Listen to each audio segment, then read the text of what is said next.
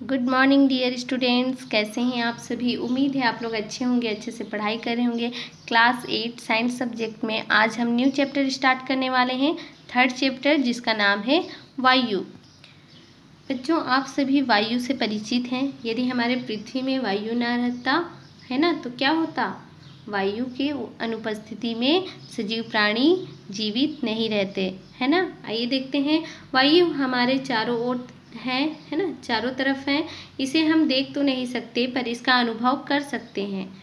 ठीक है, यह सजीवों के लिए आवश्यक है, क्योंकि सांस लिए बिना हम कुछ मिनट भी जीवित नहीं रह सकते। तो बच्चों देखिए, यहाँ पर हमारे चारों तरफ वायु है ना, पर हम वायु को नहीं देख सकते, क्योंकि वायु हमें नहीं दिखाई देता।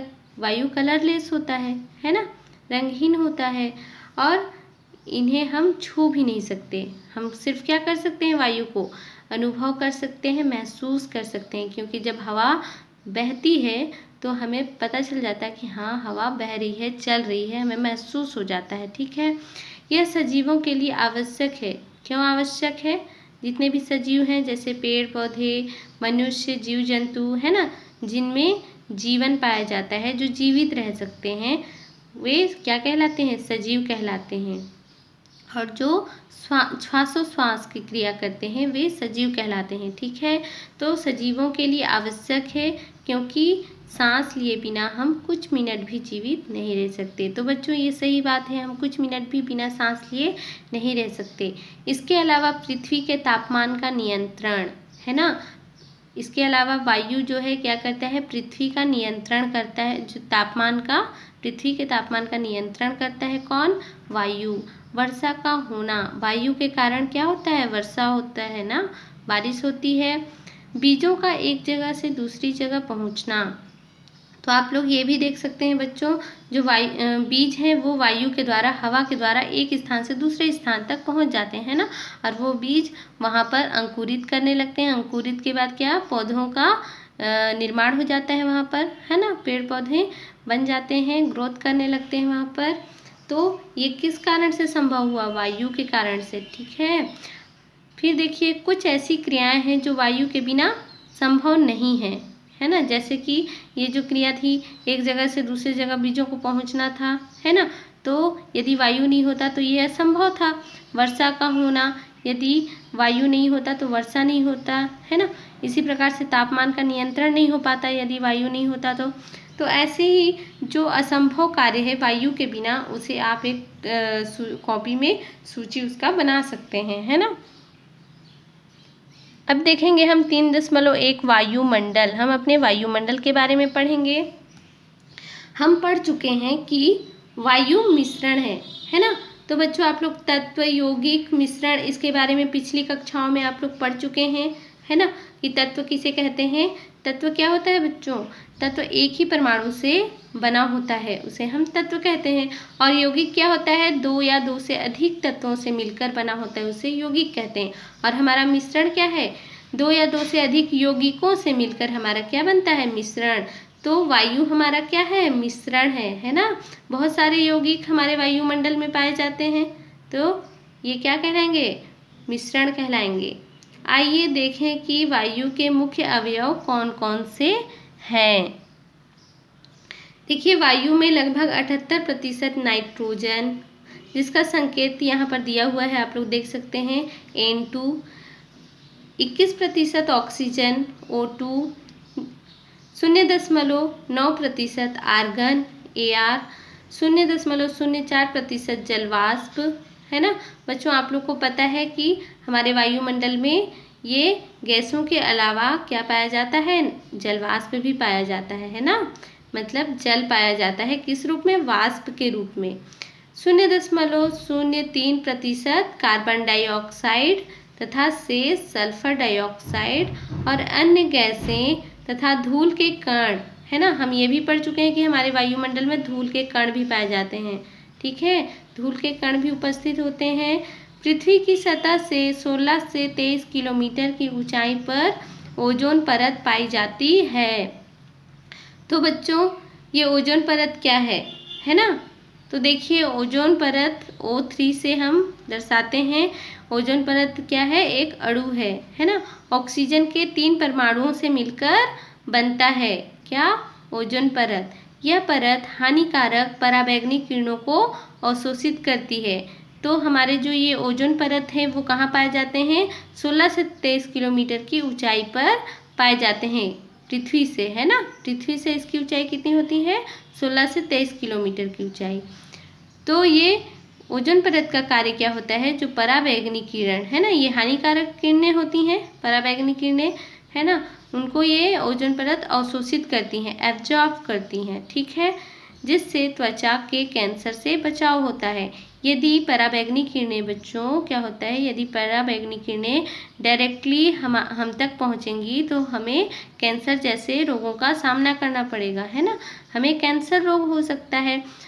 तो पराबैंगनी किरणों को ओजोन परत क्या कर लेते हैं, अवशोषित कर लेते हैं, जिससे यहाँ तक हम तक कैंसर जैसे रोग या फिर पराबैंगनी किरणें नहीं पहुँचते और कैंसर जैसे रोगों से हम बच रहे हैं, है ना।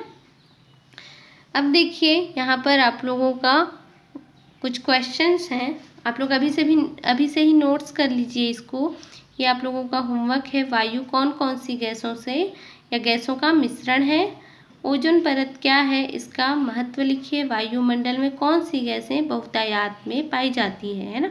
बहुतायत मतलब बहुत अधिक मात्रा में कौन सी गैसें पाई जाती हैं। तो ये तीनों आप लोगों का होमवर्क है, अभी से ही नोट कर लीजिए और इसे अच्छे से लिखकर समझकर मेरे व्हाट्सएप नंबर पर सेंड कर देंगे, ठीक है। अब देखिए हम पढ़ेंगे ऑक्सीजन के बारे में। 3.2 ऑक्सीजन। हम सभी अपने दैनिक जीवन में ऑक्सीजन के महत्व से परिचित हैं। यह एक प्राणदायिनी गैस है। ऑक्सीजन क्या है, गैस है ना।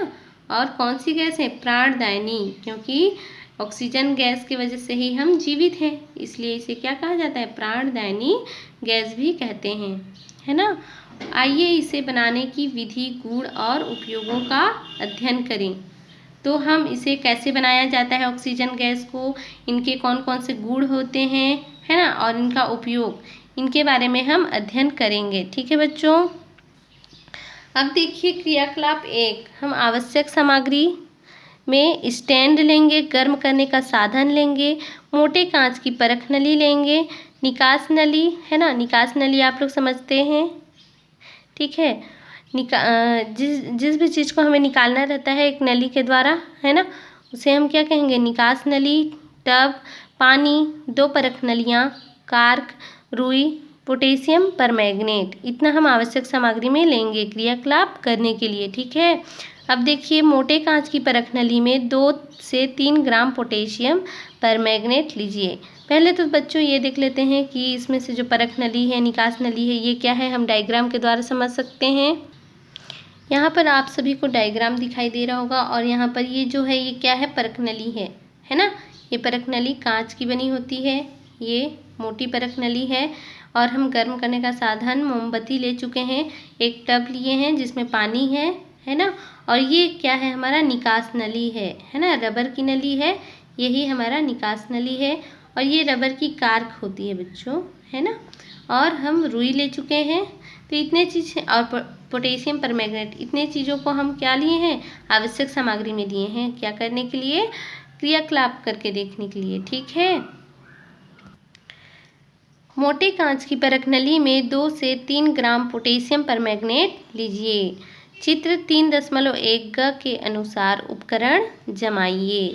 अब मोटे कांच की परख नली को गर्म कीजिए तथा निकलने वाली गैस को पानी से भरी उल्टी रखी परख नली में एकत्र कीजिए।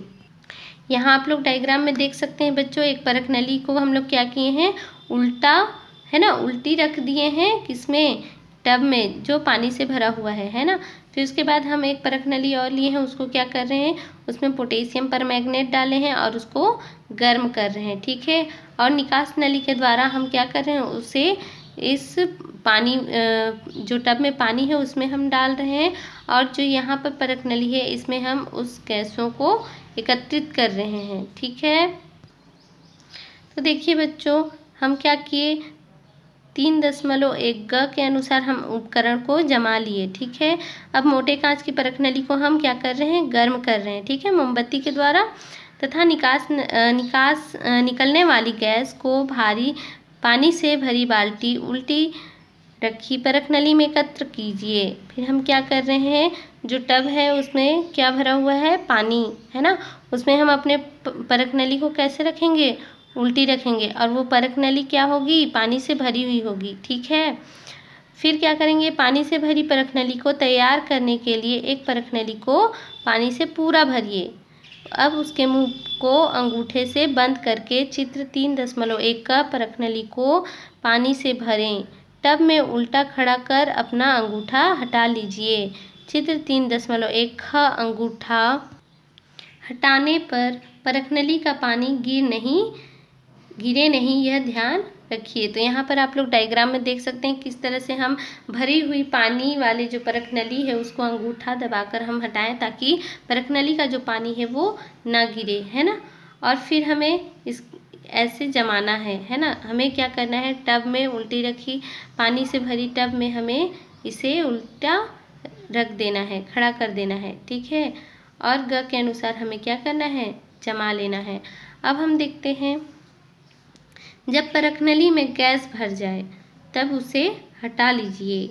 ठीक है, अब परख नली में क्या होगा, गैस भरेगा, तब हमें उस परख नली को क्या करना है, हटा लेना है। इसे हम कोई प्रयोग नहीं करेंगे, क्योंकि इसमें गैस के अलावा थोड़ी बहुत हवा होगी। ठीक है, अब एक और परख नली में बनने वाली गैस को एकत्रित कर कार्क लगा दीजिए। एकत्रित गैस ऑक्सीजन है, जैसे पोटेशियम परमैंगनेट, पोटेशियम मैग्नेट और मैग्नीज डाइऑक्साइड क्या बना रहे हैं, ऑक्सीजन, है ना। जैसे आप लोग यहाँ पर देख सकते हैं डायग्राम में, हम जब यहाँ पर थोड़ा सा पोटेशियम परमैंगनेट डाले हुए हैं, है ना, और मोमबत्ती से गर्म कर रहे हैं, फिर उसके बाद हम यहाँ पर रुई के डॉट क्यों लगा दिए हैं बच्चों, ताकि हमारा जो ये पोटेशियम परमैंगनेट है गर्म की वजह से क्या होता है, ये ऊपर उछलने लगता है, ताकि ये बाहर ना निकल जाए, इसलिए हम यहाँ पर रुई की डॉट लगा दिए हैं। और क्या किए हैं, यहाँ पर कार्क लगाए हैं, और इसमें की जो गैस है इसे निकाला जा रहा है, और इसे हम पानी वाले टब में डाल दिए हैं। ठीक है, और यहाँ की जो परख नली है इसमें क्या उपस्थित हो रहे हैं, गैसें, ऑक्सीजन गैस, ठीक है, एकत्रित हो रही हैं। अब इसे हम हटा लेंगे और इसको हम देखेंगे तो इसमें क्या उपस्थित है, ऑक्सीजन गैस। ठीक है, हमारा ये ऑक्सीजन गैस बनकर तैयार हो गया। अब देखिए, हमें सावधानी बरतनी है इसमें। पोटेशियम परमैंगनेट से ऑक्सीजन बनाते समय मोटे कांच की परख नली को हिलाते रहना चाहिए। क्यों हिलाते रहना चाहिए बच्चों, क्योंकि जिससे पोटेशियम परमैंगनेट उछलकर ऊपर ना आ जाए, इसलिए हमें परख नली को हिलाते रहना चाहिए। अब हम देखेंगे 3.2.2 ऑक्सीजन के भौतिक गुण। सारणी 3.1 को कॉपी में बनाकर क्रियाकलाप 1 में एकत्रित की गई ऑक्सीजन गैस के निम्नलिखित गुणों के संबंध में निष्कर्ष लिखिए। तो हम जब प्रैक्टिकल किए, जिस परख नली में ऑक्सीजन गैस एकत्रित किए उसे हमें देखकर उनके भौतिक गुणों को लिखना है। जैसे सामान्य अवस्था में किस रूप में होते हैं, ऑक्सीजन गैस के रूप में, है ना, वाष्प के रूप में, गैस के रूप में, तो गैस के रूप में तो गैस लिख दिए। वैसे ही रंग देखेंगे तो रंगहीन दिखाई देता है हमें, है ना, ऑक्सीजन रंगहीन दिखाई देता है, कोई भी कलर नहीं दिखाई देता। और गंध, यदि हम गंध देखें तो गंधहीन होता है, वो किसी भी तरह से वो गंध नहीं महकता है ना। अब जल से हल्की अथवा भारी। अब देखिए, जो हमारा बच्चों जल है वो क्या होता है, भारी होता है, किससे, ऑक्सीजन गैस से, है ना। यानी कि हमारा जो ऑक्सीजन गैस है वो क्या होते हैं, हल्के होते हैं, है ना। तो ऑक्सीजन गैस हल्की होती है, तो यहाँ हल्की लिखेंगे। जल में विलेयता, तो जल में अल्प विलेय है, मतलब थोड़ी मात्रा में ऑक्सीजन गैस जल में घुलते हैं, है ना। अब देखिए बच्चों 3.2.3 है ना, ऑक्सीजन के रासायनिक गुण। हम भौतिक गुण देख चुके, अब हम ऑक्सीजन के रासायनिक गुणों के बारे में जानेंगे। क्रियाकलाप 2, आवश्यक सामग्री। ऑक्सीजन से भरी परख नली अगरबत्ती, माचिस, ये हम आवश्यक सामग्री में लेंगे, है ना। ध्यान रहे बच्चों, जो हमारा ये परख नली है ये किससे भरा होना चाहिए? ऑक्सीजन से भरा होना चाहिए, ठीक है। ऑक्सीजन से भरी परख नली लीजिए, एक अगरबत्ती को माचिस से जलाइए। अब इस ज्वाला के साथ जलती हुई अगरबत्ती को ऑक्सीजन गैस से भरी परख नली के मुंह के समीप ले जाइए, ठीक है। तो हम देखिए यहाँ पर हम ये कर चुके हैं, ये अगरबत्ती है, इसको जलाकर हम किसके समीप लाए हैं? ये परख नली के अंदर क्या है? ऑक्सीजन है, इसके समीप हम लाए हैं। तो देखिए, निम्न प्रश्नों के उत्तर अपनी कॉपी में लिखिए। क्या ऑक्सीजन स्वयं जलती है? क्या वह अगरबत्ती के जलने में सहायक है? तो बच्चों, ऑक्सीजन स्वयं तो जलती नहीं है। क्या होता है? अगरबत्ती, जो जलाया हुआ अगरबत्ती हम लाए हैं वे भी जलने लग जाती हैं, मतलब ऑक्सीजन जलने में सहायता करती हैं, सहायक होती हैं, है ना। देखते हैं हम। आपने देखा कि अगरबत्ती को ऑक्सीजन गैस से भरी परख नली के मुंह के समीप ले जाने पर अगरबत्ती तेजी से जलने लगती है। अतः हम कह सकते हैं कि ऑक्सीजन स्वयं नहीं जलती, किंतु जलने में सहायता करती है ना। हम ये कह सकते हैं बच्चों कि ऑक्सीजन स्वयं नहीं जलती, पर सहायता करने में क्या होती है? सहायक होती हैं ऑक्सीजन, ठीक है।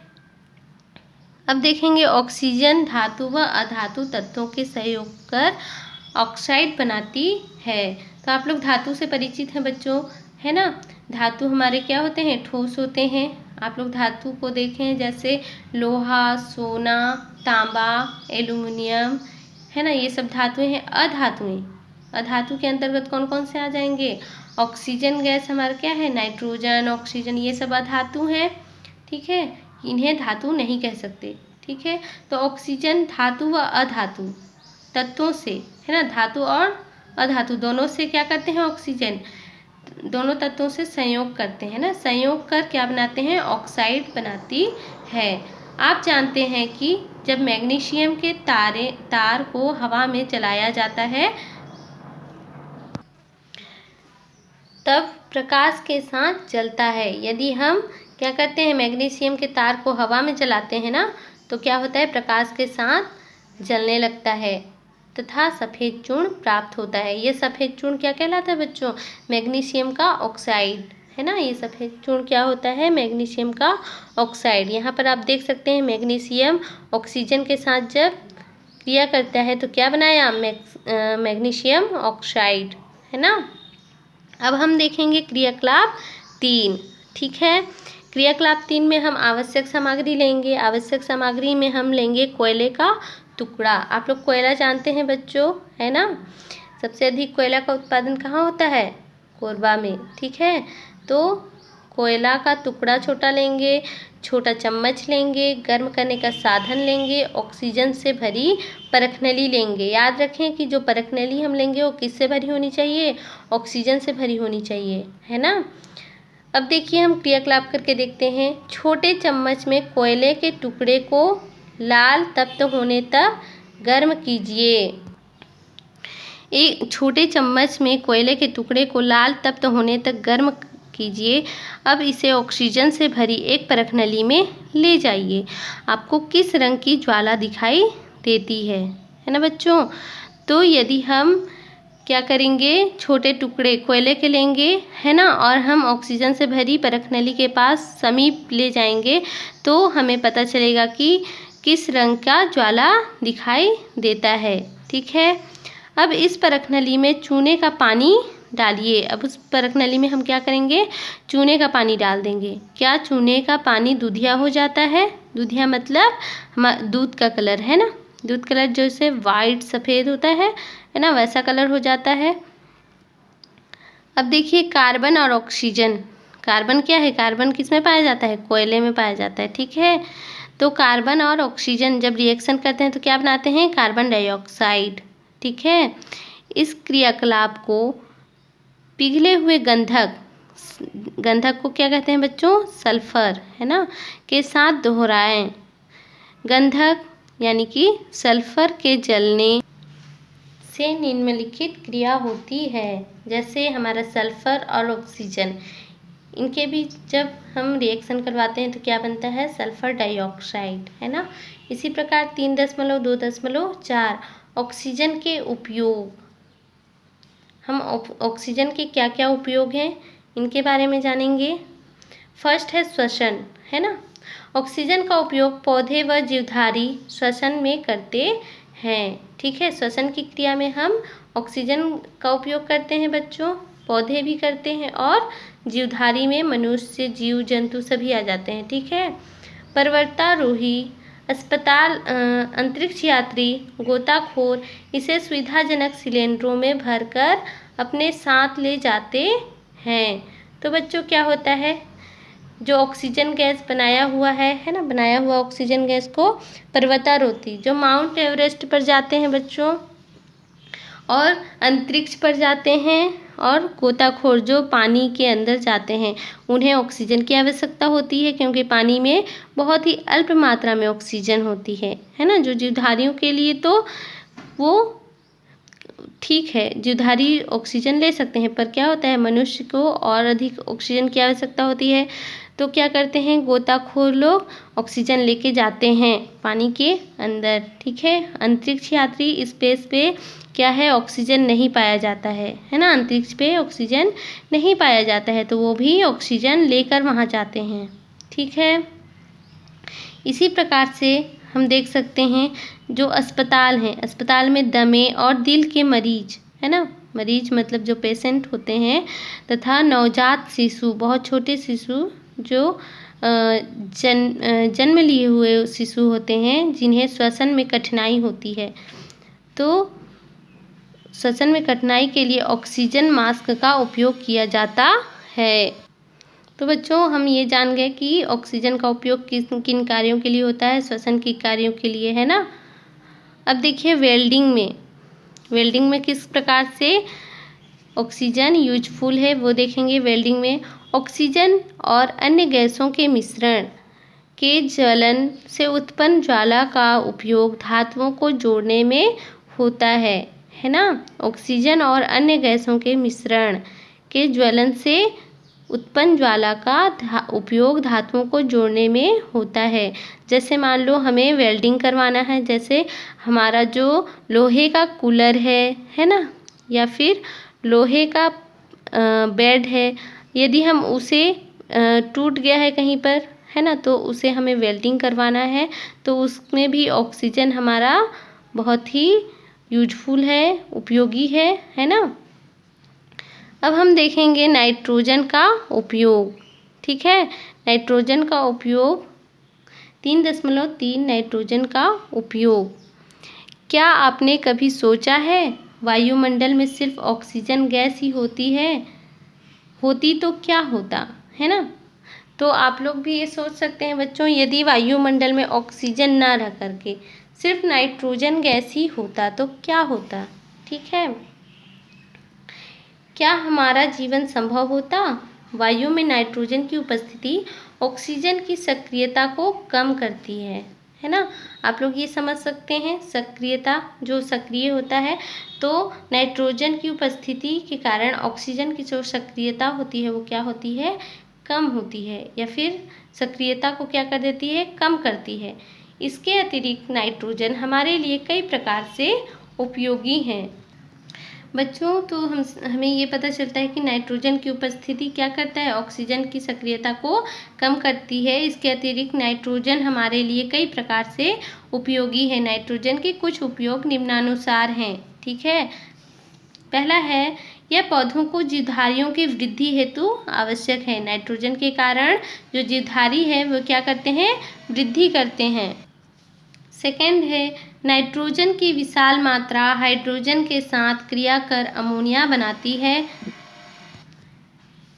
बच्चों यहाँ जो नाइट्रोजन की विशाल मात्रा क्या करती है, हाइड्रोजन के साथ क्रिया कर अमोनिया बना लेती है ना। और अमोनिया से यूरिया जैसे उर्वरकों का उत्पादन होता है, ठीक है। अब थर्ड देखेंगे, निष्क्रिय प्रवृत्ति के कारण विद्युत लैंपों में भरने के लिए इसका उपयोग किया जाता है। इसका उपयोग भंडारित भोज्य पदार्थों को तरोताज़ा बनाए रखने के लिए किया जाता है। पैकेट बंद जलपान सामग्री जैसे आलू चिप्स तथा बिना पके और तले भोजन के लिए तैयार खाद्य पदार्थों के पैकेट में यही गैस भरी जाती है। यह भोज्य पदार्थों का हवा की ऑक्सीजन से संपर्क नहीं होने देती। तो बच्चों आप सभी देख चुके हैं जो हमारा नाइट्रोजन गैस है, जैसे आप लोग पैकेट वाला चीज़ खाते हैं, है ना, आलू चिप्स हो गया, लेस जिसे आप लोग लेस के नाम से जानते हैं, कुरकुरे जानते हैं, मिक्सचर और भी कई प्रकार के पैकेट वाले चीज़ हम खाते हैं। तो उसमें जो हवा भरा होता है वो कौन सी हवा होता है? नाइट्रोजन गैस होता है ना। नाइट्रोजन गैस के कारण जो हमारे खाने वाले पदार्थ होते हैं वे क्या होते हैं? तरोताज़ा होते हैं, है ना, उन्हें खराब होने नहीं देते हैं। तो इस कारण से और क्या होता है, यह भोज्य पदार्थों का हवा की ऑक्सीजन से संपर्क नहीं होने देते हैं, है ना, ये ऑक्सीजन से संपर्क नहीं होने देते हैं। कौन? नाइट्रोजन। तो हमारे लिए नाइट्रोजन क्या है? बहुत ही यूजफुल है। यदि यह पृथ्वी पर ना रहे तो क्या यह संभव होता? हमें पैकेट वाले चीज़ खाने को नहीं मिलते, मतलब वो तरोताज़े नहीं रहते, वो क्या हो जाते? बहुत जल्दी खराब हो जाते। अब देखिए बच्चों 3.4 वायु प्रदूषण, है ना, हमारा जो वायु है ये प्रदूषित भी होता है। किन कारणों से प्रदूषित होता है प्रदूषण, है ना, इसको हम जानेंगे। वायु प्रदूषण का अर्थ है कि निलंबित कणों व अवांछित गैसों का हमारे वातावरण में इतनी अधिक मात्रा में पाया जाना जिससे मनुष्य, जीव जंतु व वस्तुओं को हानि पहुँचे। रोज़मर्रा की होने वाली क्रियाओं से हमारे वातावरण की वायु किस प्रकार प्रभावित होती है, आइए यह समझने का प्रयास करें। ठीक है बच्चों, तो वायु प्रदूषण का अर्थ क्या है? निलंबित कण, है ना, बहुत छोटे छोटे कण होते हैं। अवांछित गैसों का, है ना, अवांछित मतलब जो हमारे लिए उपयोगी नहीं है, अनुपयोगी हैं, है ना, अनुपयोगी को हम अवांछित भी बोलते हैं। ठीक है, तो अवांछित गैसों का हमारे वातावरण में, है ना, इतनी अधिक मात्रा में पाया जाना जिससे मनुष्य क्या होता है, जीव जंतु व अन्य वस्तुओं को हानि पहुँचे।